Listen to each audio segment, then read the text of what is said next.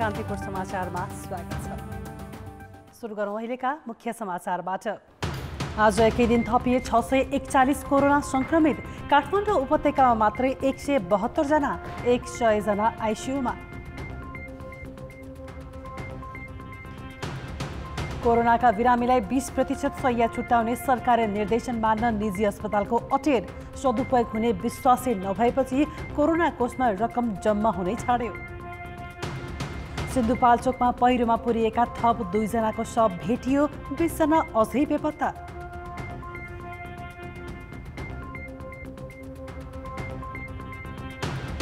र विवाद समाधानका लागि गठित कार्यदलकै वैधानिकतामा प्रश्न उठेपछि नेकपाले बोलाए सचिवालय। बैठक भोलि बिहानका लागि तय।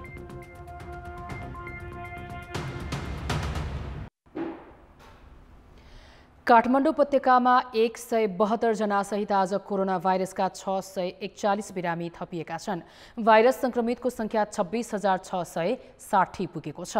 पछिल्लो 24 घण्टामा अहिलेसम्मकै धेरै 12,247 नमुना परीक्षण गरिएकोमा काठमाडौँमा सबैभन्दा धेरै 126 जनामा भाइरस देखिएको छ। यस्तै मोरङमा 100, बारामा 68, पर्सामा 64 र रूपन्देहीमा 58 जना बिरामी थपिएका छन्। बारामा थपिएका बिरामी मध्ये जितपुर सिमरा उपमहानगरका 36, महागढीमाईका 17, करैयामाईका 10 र कलैयाका 2 जना छन्। धनुषामा 37, ललितपुरमा 38 र चितवनमा 27 जनामा भाइरस देखिएको छ। चितवनमा थपिएका 27 जना बिरामी मध्ये 21 जना भरतपुर महानगर, 4 जना रत्ननगर र 2 जना खैरेनी नगरपालिकाका हुन्।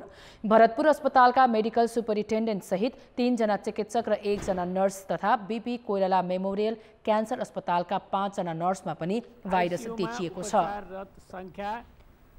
बिरामी मध्ये 100 जनाको आइसियु र 6 जनाको भेन्टिलेटरमा उपचार भइरहेको छ। गण्डकी प्रदेशमा 1, प्रदेश नम्बर 5 मा 11 गरी जम्मा 100। भेन्टिलेटरमा उपचाररत 6 जना हुनुहुन्छ र उहाँहरू बागमती प्रदेशमा हुनुहुन्छ।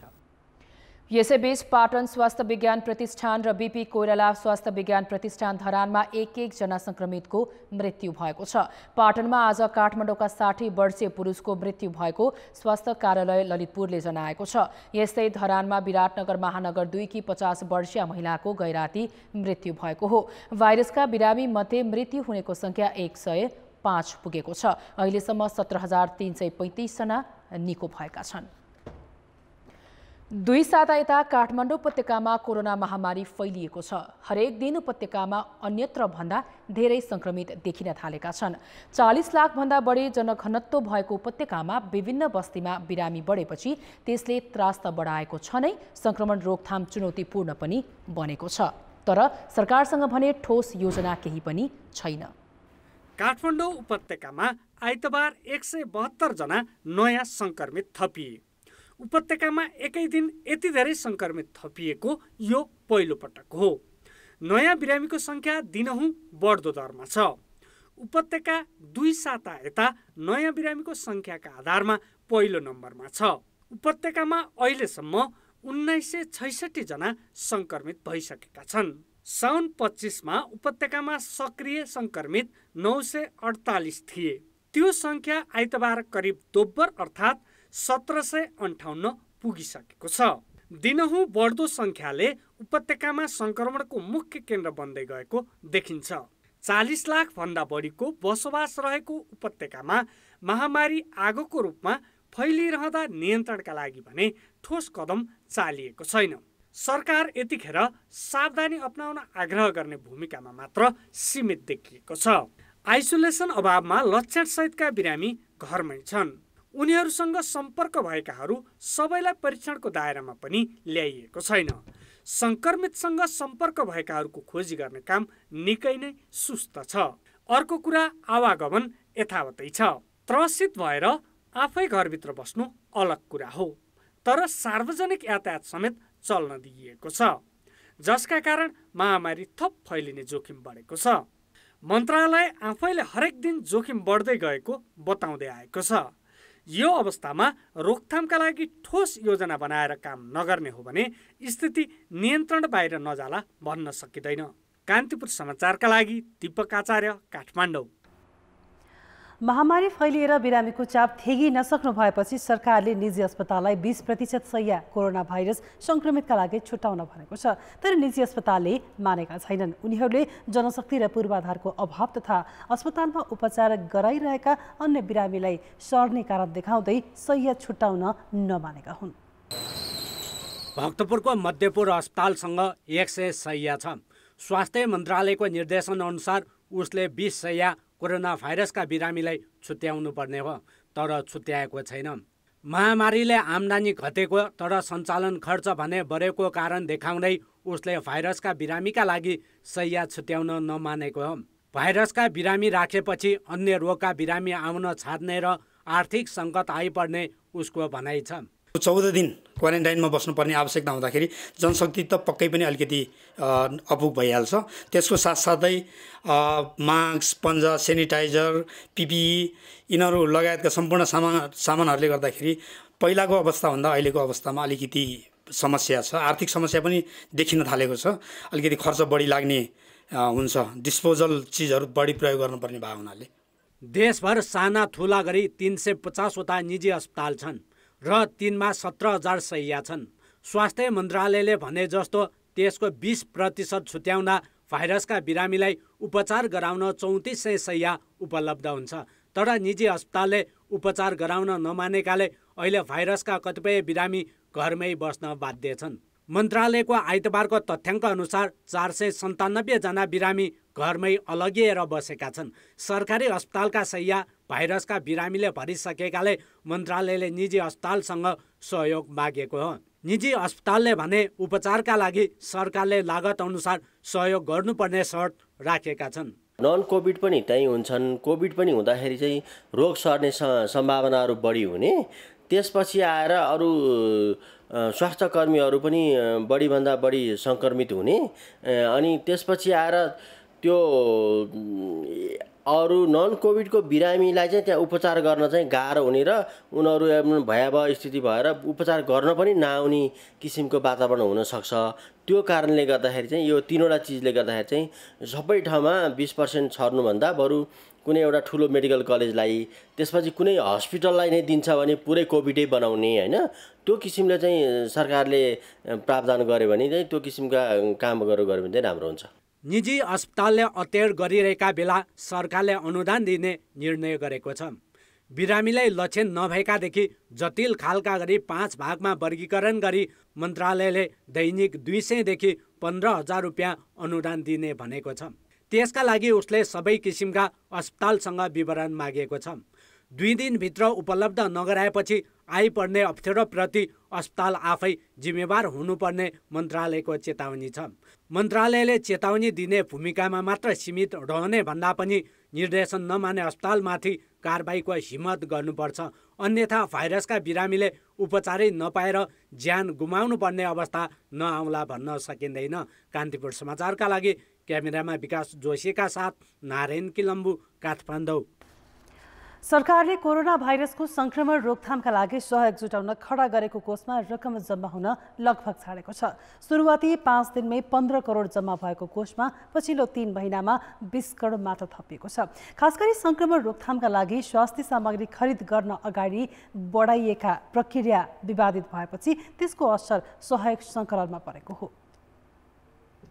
सरकारले कोरोना महामारी विरुद्ध लड्न र संक्रमितको उपचारमा रकम अभाव हुन नदिन 50 करोड रुपियाँ आफैले राखेर केन्द्रीय राहत कोष खडा गरेको थियो। कोषमा 5 दिनमै विभिन्न सङ्घ संस्थाले 15 करोड 31 लाख जम्मा गरेका थिए। सरकारले सहयोगका लागि सार्वजनिक आह्वान गरेपछि वैशाख अन्तिमसम्ममा कोषमा 2 अर्ब 25 करोड जम्मा भएको थियो। कोषमा जम्मा भएको रकमबाट सरकारले स्वास्थ्य सामग्री खरिद गर्ने बताएको थियो। स्वास्थ्य सामग्री खरिद प्रक्रिया एकपछि अर्को गरी विवादित बनेपछि सहयोग सङ्कलन पनि कम भएको देखिन्छ। खरिद प्रक्रियामा अनियमितताको आशंकामा संसदको सार्वजनिक लेखा समितिले छानबिन अगाडि बढाएपछि सहयोग सङ्कलन ठप्प जस्तै भयो। जेठ यता कोषमा रकम जम्मा हुन छाडेको छ। 3 महिनामा कोषमा जम्मा 20 करोड रुपियाँ सहयोग जुटेको छ। पहिलाको तुलनामा जुन कोरोना नियन्त्रण कोषमा चाहिँ पैसा बढ्ने क्रमहरू चाहिँ कम छ, तर अलिअलि जम्मा भइरहेको छ। पहिलाको जस्तो रकमको भोल्युम बढेको त छैन। आवश्यक भयो भनेदेखि हामीले चाहिँ नेपाल सरकारको सङ्घीय बजेटबाट पनि हामी चाहिँ कोष परिचालन गर्न सक्छौँ, दाताले सहयोग गरेको कुराहरूबाट पनि परिचालन गर्न सक्छौँ। तर यहाँले भन्नुभएको जस्तो सुरुको दिनमा जस्तो लकडाउन हुने बित्तिकै हुने क्रममा चाहिँ अलिक बढी चाहिँ रकम कोषमा चाहिँ दाखिला हुने क्रम चाहिँ त्यो बेलामा अलिक ठुलो थियो। अहिले चाहिँ त्यो बेलाको जस्तो छैन। कोषको रकम परिचालनका लागि राष्ट्रिय योजना आयोगका उपाध्यक्षको संयोजकत्वमा 7 सदस्यीय व्यवस्थापन समिति गठन गरिएको छ। समितिको निर्णय अनुसार महालेखा नियन्त्रक कार्यालयले कोष सञ्चालन गर्छ। कार्यालयका अनुसार जम्मा भएको 2 अर्ब 45 करोड रुपियाँ मध्ये अहिलेसम्म 1 अर्ब 12 करोड खर्च गरिएको छ। त्यो रकम महामारी नियन्त्रणमा बजेट अभाव झेलिरहेका स्थानीय तह र संक्रमितको उपचार गराइरहेका 6वटा अस्पताललाई दिएको हो। अब कोषमा 1 अर्ब 33 करोड बाँकी छ। सङ्घीय कोरोना नियन्त्रण कोषमा अहिलेसम्म चाहिँ लगभग 2 अर्ब 45 करोड जति चाहिँ सङ्कलन भएको छ। त्यसमध्ये चाहिँ विभिन्न तहहरूलाई निकासा दिएको, विभिन्न कार्यालयलाई निकासा चाहिँ 110-12 करोड जति दिएका छौँ हामीले। र बाँकी चाहिँ तपाईँको चाहिँ 1 अर्ब 30 करोड जति पैसा चाहिँ सङ्घीय कोरोना नियन्त्रण कोषमा चाहिँ बाँकी छ। स्वास्थ्य मन्त्रालयले बजेट अभाव देखाएर संक्रमण परीक्षणका लागि चाहिने सामग्री किन्न आनाकानी गरिरहेका बेला कोषको रकम परिचालन सम्बन्धमा कुनै निर्णय गरिएको छैन। कोषको रकम दुरुपयोग हुँदैन र पारदर्शी रूपमा खर्च हुन्छ भनेर विश्वस्त तुल्याउन नसकेको हो या जुन प्रयोजनका लागि रकम उठाएको हो त्यसमा खर्च हुन्न भन्नेमा आशंका बढेको हो। सरकारले एकपटक यसको अन्तर्य खोज्ने हो कि? कान्तिपुर समाचारका लागि क्यामेरामा सञ्जय लुइटेलका साथ बाबुराम तिमिलसिना, काठमाडौँ। शङ्कास्पद व्यक्तिको नाकबाट लिएको स्वाबको आधा घण्टामै नतिजा आउने गरी लुम्बिनी प्रादेशिक अस्पताल बुटवलमा कोरोना भाइरस परीक्षण सुरु भएको छ। क्षयरोग पत्ता लगाउन प्रयोग हुने मसिनलाई अपडेट गरेर शुक्रबारदेखि उपयोग गरिएको यो उपकरणले कोरोना संक्रमण छ भने 45 र छैन भने 30 मिनेटमै नतिजा दिन सक्छ। जीन एक्सपर्ट मेसिनमा बायोसेफ्टी क्याबिनेट र स्याम्पल किट अपडेट गरेर कोरोना भाइरस परीक्षण सुरु गरिएको हो। लुम्बिनी प्रादेशिक अस्पतालले जडान गरेको यो मेसिनले प्रति घण्टा 4वटा स्वाबको नमुना परीक्षण गर्न सक्छ। मेसिन जडान गरेपछि परीक्षणका लागि 5 दिन तालिम दिएर 4 जना प्राविधिक खटाइएको छ। अब यसमा अटोमेटेड एक्सट्र्याक्सन भन्छ, जुन स्वाब कलेक्सन छ।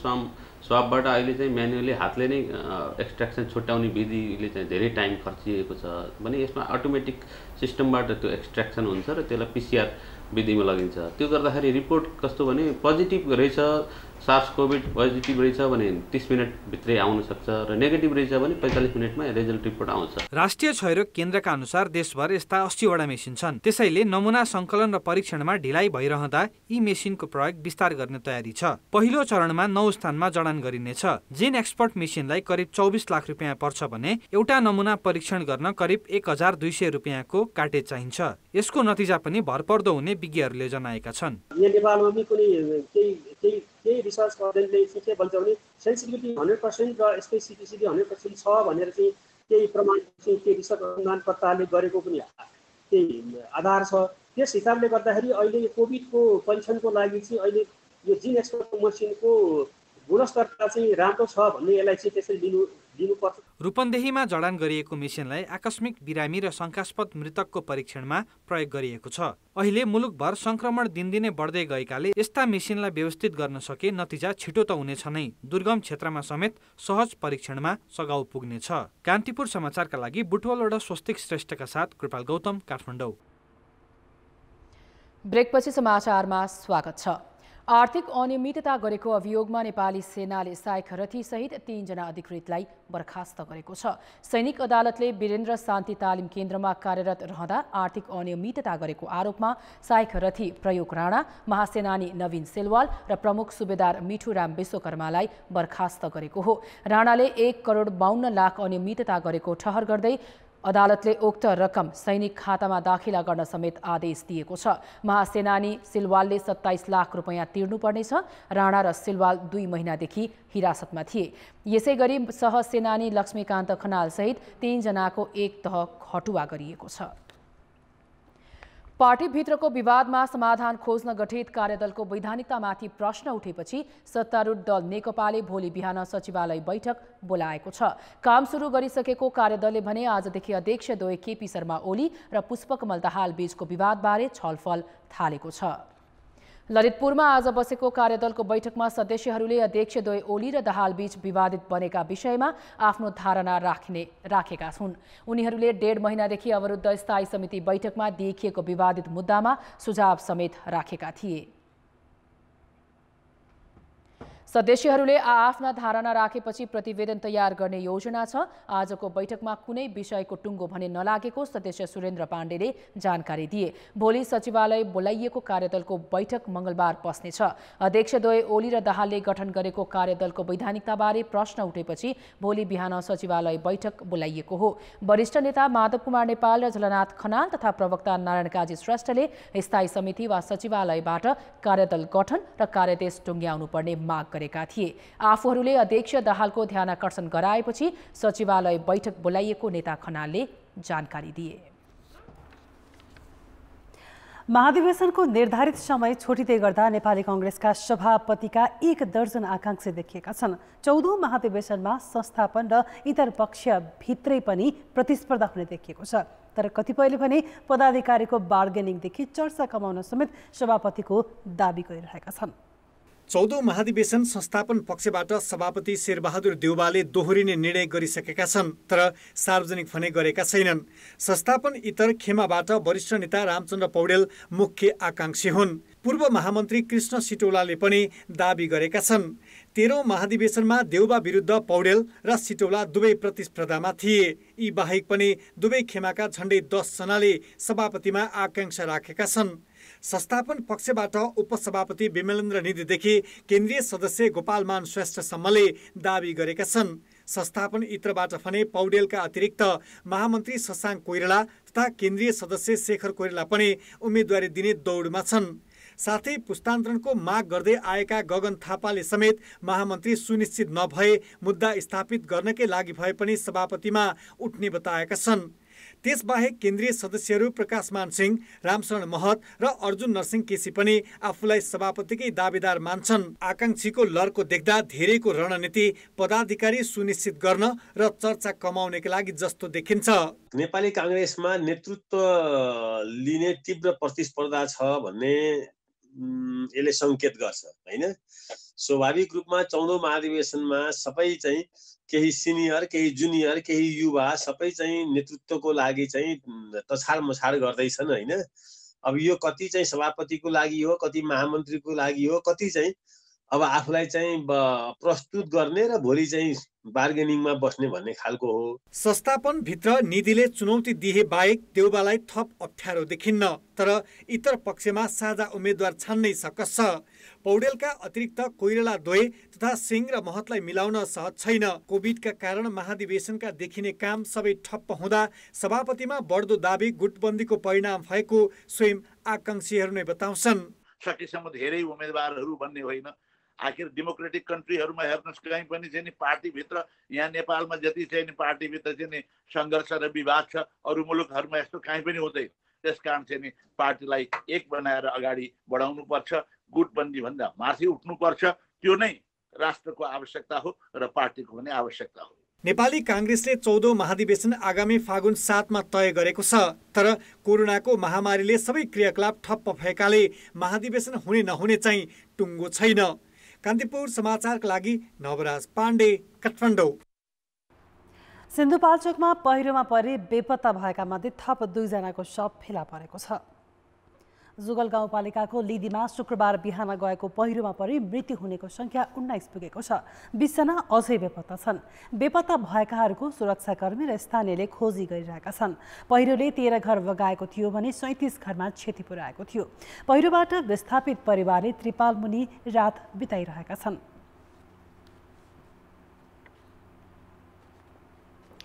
जोखिमयुक्त बस्ती सार्न सरकारी व्यवस्थाले एकपछि अर्को गरी मानवीय क्षति बढेको छ। राष्ट्रिय पुनर्निर्माण प्राधिकरणले 5 वर्ष पहिले जोखिमयुक्त भनेका मध्ये 400 बस्ती नसारिएको छ, न त त्यहाँ क्षति रोक्न कुनै उपाय अवलम्बन गरिएको छ, जसका कारण त्यहाँ बस्तीमा पहिरोले भौतिक क्षति मात्र भइरहेको छैन, मानवीय क्षति पनि बढिरहेको छ। सिन्धुपाल्चोकको जुगल गाउँपालिका लिदिमा शुक्रबार एक बिहानै पहिरो गयो। पहिरोले बस्तीमा 37 घरमा क्षति मात्र पुगेन, 39 जना बेपत्ता भए। सुरक्षाकर्मीले अहिलेसम्म 19 जनाको शव फेला पारेका छन्। पहिरो प्रभावित परिवार यतिखेर पालमुनि रात कटाउन बाध्य छन्।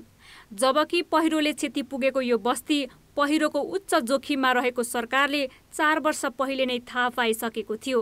राष्ट्रिय पुनर्निर्माण प्राधिकरणले भूगर्भविद मार्फत गरेको अध्ययनमा बस्न अयोग्य रहेकाले बस्ती सार्न सुझाव दिएको थियो।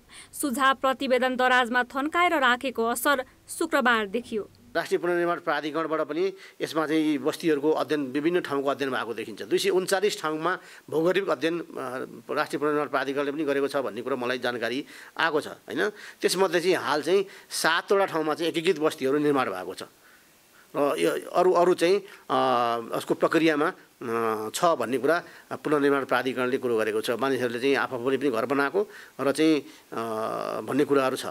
सिन्धुपाल्चोकमा पहिरोले मानवीय र भौतिक क्षति भएको यो पहिलो घटना होइन। असार 24 गते 12 बिसे जम्बूमा बाढी पहिरोकै कारण 15 घर क्षतिग्रस्त भए भने 3 जनाले ज्यान गुमाए। 16 जना अझै भेटिएका छैनन्। सिन्धुपाल्चोकमा यो वर्ष मात्र बाढी पहिरोबाट 40 जनाले ज्यान गुमाएका छन् भने 36 जना भन्दा बढी बेपत्ता छन्। 2071 मा जुरे पहिरोमा परि 145 जना बेपत्ता भएका थिए। भूकम्पले जमिन चिरिएको, जथाभावी डोजर प्रयोग र कमजोर भू बनोटका कारण सिन्धुपाल्चोकमा 12 बिसे लिदी लगायत 32 वटा बस्ती सार्न विज्ञहरूले सरकारलाई सुझाव दिएका थिए। तर अहिलेसम्म 7 वटा मात्रै स्थानान्तरण गरिएको छ। भूकम्पपछि रसुवा, धादिङ, गोर्खा, चितवन, सिन्धुली लगायत 16 जिल्लामा प्राधिकरणले 4 वर्ष अघि जोखिमयुक्त ठहराएका 900 मध्ये 400 बस्तीलाई अझै सारिएको छैन। एक्सपर्टिज पनि हामीसँग कम भएको र हाम्रो चाहिँ बस्ती स्थानान्तरण गर्नुपर्ने क्याटेगोरी 3 मा परेका व्यक्तिहरूलाई चाहिँ स्थानान्तरण गर्ने कुरा चाहिँ हाम्रो चाहिँ बढी प्राथमिकताको विषय भएको कारणले गर्दाखेरि क्याटेगोरी 2 का बस्ती संरक्षणका कामहरू सरकारका नियमित अङ्गहरूबाट हुँदाखेरि अझ राम्रो हुन्छ भन्ने किसिमको चाहिँ अन्डरस्ट्यान्डिङका आधारमा बजेट कार्यक्रमहरू चाहिँ त्यतातिर चाहिँ गएको। जोखिमयुक्त बस्ती सार्न केन्द्रदेखि स्थानीय सरकारको व्यवस्थाले यो वर्ष मात्र 200 भन्दा बढीले ज्यान गुमाइसकेका छन्। बस्ती सार्न ढिला गर्ने र डोजरको जथाभावी प्रयोगलाई छुट दिइरहने हो भने यो संख्या र भौतिक क्षति अझै बढ्ने पक्का छ। कान्तिपुर समाचारका लागि सिन्धुपाल्चोक सहकर्मी कमला तामाङ र अञ्जना लामिछाने, काठमाडौँ।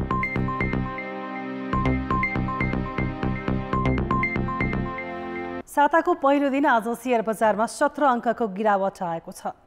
बजार मापन गर्ने नेप्से परिसूचक 17.33 अङ्कले घटेर 1391.46 अङ्क कायम भएको छ। व्यापार बाहेकका बाँकी 11वटै समूहले परिसूचक घटाएका हुन्।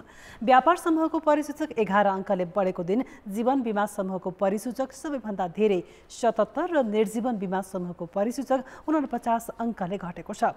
यस्तै वाणिज्य बैंक समूहको परिसूचकमा 19 अङ्कको गिरावट आएको छ। परिसूचक ओह्रालो रागे पनि 1.25 अर्ब रुपैयाँको शेयर कारोबार भएको छ। 43,71,000 किता शेयर 1,25,93,00,000 रुपैयाँमा किनबेच भएको नेपाल स्टक एक्सचेन्जले जनाएको छ। कम्पनी रजिस्ट्रारको कार्यालयले प्रदान गर्ने सबै खाले सेवा अब अनलाइनबाटै गर्न सकिने भएको छ। कार्यालयले भोलिदेखि नै अनलाइन सेवा सुरु गर्न लागेको हो। अब नयाँ कम्पनी दर्ताको लागि कागजात अनलाइनमा पेश गर्न सकिनेछ। यस्तै नयाँ तथा पुराना कम्पनीले वार्षिक विवरण तथा लेखा परीक्षण प्रतिवेदन लगायतका विवरण पनि कार्यालयमै पुगेर बुझाउनु पर्दैन। विकास भएको हामीले अध्ययनबाट र सुझावबाट पनि पाएको हुँदा सेवा प्रवाहलाई सुधार गर्ने पहिलो प्रयास चाहिँ हामीले कागजमा भएको बेहोरा कम्प्युटरमा प्राप्त भइसकेपछि त्यसलाई नै आधिकारिक मान्ने र दोहोरो फाइलिङको जुन व्यवस्था थियो त्यसलाई अन्त्य गरेको हो। कार्यालयले कम्पनी दर्ताको काम अनलाइनबाट एक दिनमै सक्ने योजना बनाएको छ। नेपालमा सरदर दैनिक 150 वटा कम्पनी दर्ता हुने गरेका छन्।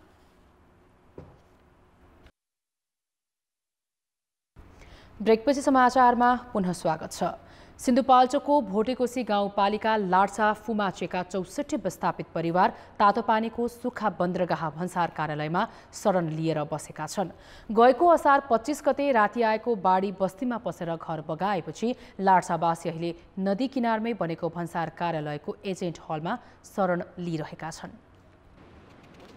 झट्ट हेर्दा महल जस्तै देखिने घर यो कुनै व्यक्तिको घर नभएर तातोपानी भन्सार कार्यालय हो। बुढाबुढीदेखि केटाकेटीको भिड, त्यही भिडमा टोलाइरहेकी थिइन् लाड्साकी साङ्मो तामाङ। राति निन्द्रा लाग्दैन, बाढीले बगाएको घर सम्झेर उनी बेला बेला भक्कानिएर रुन्छिन्। आफ्नो घरमा न्यानो बिस्तरमा सुतेको दिन सम्झेर रात कटाइरहेकी छिन्। यहाँको सुताइ भन्दा अब घरकै सुताइ राम्रो लिनु, घरकै सुताइ राम्रो राम्रो पनि बस्नु राम्रो। अब घर भन्ने घरै हुन्छ, वन भन्ने बनाइ हुन्छ नि। अब राम्रो छ नि, अब घर राम्रो भएर के गर्नु, नाथेर गरी बस्नु छैन। अब यस्तो गरी बस्नुपर्छ, जहाँ बसे पनि पहिरोको डर छ। साङ्मो जस्तै 155 जना भन्सार कार्यालयकै शरणमा छन्। घरबार गुमाएका यी परिवारलाई तत्काललाई खाना बस्नको समस्या त छैन, तर कति दिन कार्यालयले शरण दिन्छ, कति दिन यसरी धान्य हो भन्ने कुराले मन पोल्ने गरेको पीडित परिवारले दुखेसो पोखेका छन्। विस्थापित परिवारलाई तत्काल सुरक्षित बस्ने ठाउँ नहुँदा भन्सार कार्यालयले शरण दिएको हो। अब छिट्टै सडक खुलेपछि भन्सार कारोबार नियमित सञ्चालनमा आउने हुँदा विस्थापित परिवारले अहिले शरण लिएको ठाउँ छोड्नुपर्छ। र यो चाहिँ लामो समयसम्म राख्दाखेरि चाहिँ कोरोनाको सङ्क्रमण पनि बढ्न सक्ने हुँदा यो चाहिँ यहाँबाट चाहिँ उहाँहरूलाई सुरक्षित स्थानमा अन्यत्र व्यवस्थापन गरिदिनु पर्यो भनेर हामीले औपचारिक रूपमा पत्र पठाइसकेको अवस्था छ। 12 विसेको जम्बु र खाद्दल बाढी पहिरोले बगेको दिनदेखि भोटेकोसी गाउँपालिकामा निरन्तर पहिरो गइरहेको छ। गाउँपालिकाभर दिनदिनै प्राकृतिक विपत्तिले धनजनको क्षति भइरहेको अवस्थामा विस्थापित परिवारलाई गाउँपालिकाले अन्यत्र स्थानान्तरण गर्न नसकेको हो। वडामा चाहिँ अहिले समस्या छ, किन भन्दा सबैतिर चाहिँ 2072 को भूकम्पपछि बस्नु लायक जमिनहरू हामीसँग पर्याप्त मात्रामा छैन। भएको जमिनहरू पनि केही अरनिको हाइवे भन्दा माथिल्लो भूभागमा मात्र हामीसँग त्यस्तो खालको जमिनहरू छ। त्यो जमिनमा आफ्नो थाकथलो छोडेर उहाँहरू जान नचाहने र अरनिको हाइवेसँग टच भएको ठाउँमा चाहिँ पक्का जमिनहरू नभएको कारणले गर्दा ठुलो समस्यामा आज भोटेकोसी गाउँपालिकाको जनताहरू परिरहेको। बाढी पहिरोका कारण विस्थापित परिवार अहिले विभिन्न विद्यालय, कार्यालय र आफन्तको शरणमा छन्। नदी किनार आसपास जोखिममा परेका यी परिवारलाई अहिले नै सुरक्षित स्थानमा स्थानान्तरण गरिएन भने जम्बु, खाद्दल र लिदीको जस्तो घटना फेरि नदोरिएला भन्न सकिन्न। कान्तिपुर समाचारका लागि कमला पाखरिन, लाड्सा फुङमाचे, सिन्धुपाल्चोक। अब जनमतको अन्तिम परिणाम। जनमतमा हिजो हाम्रो प्रश्न थियो, महामारी नियन्त्रणमा अग्रपन्थीमा खटिएका सुरक्षाकर्मीलाई किन भत्ता नदिएको होला? यी लम्बितान प्रक्रिया, बे नेतृत्वको व्यवस्था र स्रोत नभएकाले। जनमतको अन्तिम परिणाम यस्तो छ, ए लम्बितान प्रक्रियामा 15%, बे नेतृत्वको व्यवस्थामा 75% र सी स्रोत नभएकालेमा 10% मत प्राप्त भएको छ। अब आजको प्रश्न। हाम्रो प्रश्न छ, निजी अस्पतालले कोरोना संक्रमितको उपचारमा किन आनाकानी गरेका होलान्? ए क्षमता नभएर, बे संक्रमणकै डरले र सी सरकारी सहयोग नपाएकाले। कोरोना भाइरसको संक्रमण बढ्न थालेपछि अस्पतालहरूमा बिरामीको उपचारमा समस्या आउन थालेको छ। यसै सन्दर्भमा आज हामीले काभ्रेमा सोधेका छौँ, कोरोना भाइरसका बिरामीको उपचार गर्ने कोभिड अस्पतालको व्यवस्था गर्न कसले के गर्नु पर्ला?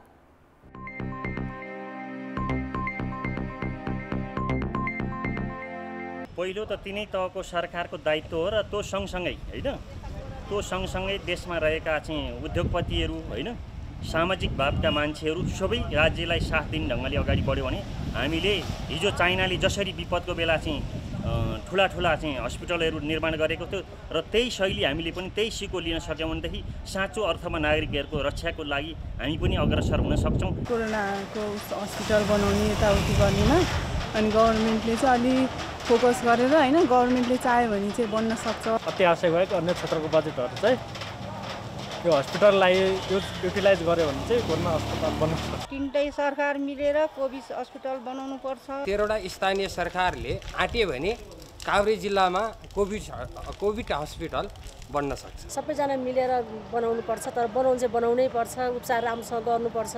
क्वारेन्टाइनमा थुनेर राखेर मात्रै पनि हुँदैन, झन् समस्या थपेर मर्न सक्छन्। स्थानीय सरकारहरू अथवा जिल्लाको चाहिँ मिलेर जिल्लै पछि एउटा अस्पताल बनाइदियो भनेदेखि जुन कोभिडका बिमारीहरू हुन्छ तिनीहरू चाहिँ नि केन्द्रमा धाउनु पर्ने राजधानी धाउनु पर्ने होइन त्यो अवस्था नआउन सक्छ। कोभिड सङ्क्रमण रोकथाम गर्न तपाईँको नेपाल सरकारले इन्करेज गर्नुपर्छ र नेपालमै भएका नेपाली व्यवसायीहरूले त्यसमा इन्भेस्टमेन्ट गर्नुपर्छ।